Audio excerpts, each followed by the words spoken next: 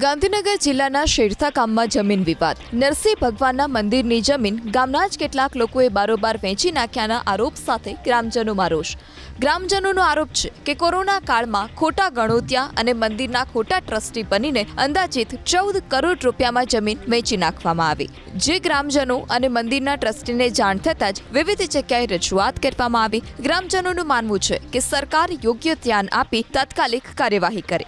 ગાયકવાડ સરકારે શેરથામાં ભગવાન નરસિંહના મંદિરમાં નિભાવ માટે 35 એકર જમીન આપી હતી અને જેની હાલની બજાર કિંમત 500 કરોડથી વધુ આંકવામાં આવી રહી છે. વર્ષો પહેલા કેટલાક લોકોને આ જમીન ખેડવા આપવામાં આવી હતી અને જેના બદલામાં જે પાક થાય તેમાંથી અમુક ભાગ મંદિરને આપવાનો હતો. જો કે કોરોના કાળમાં ગામના જ કેટલાક ખોટા ગણોતિયા બની ગયા અને કેટલાકે ખોટા ટ્રસ્ટી બનીને આ જમીન વેચી નાખવાનો ગ્રામજનોએ આરોપ લગાવ્યો. જમીનના ઊભા થયેલા વિવાદ અંગે ગાંધીનગર કલેક્ટર અને કોર્ટમાં કેસ ચાલે છે.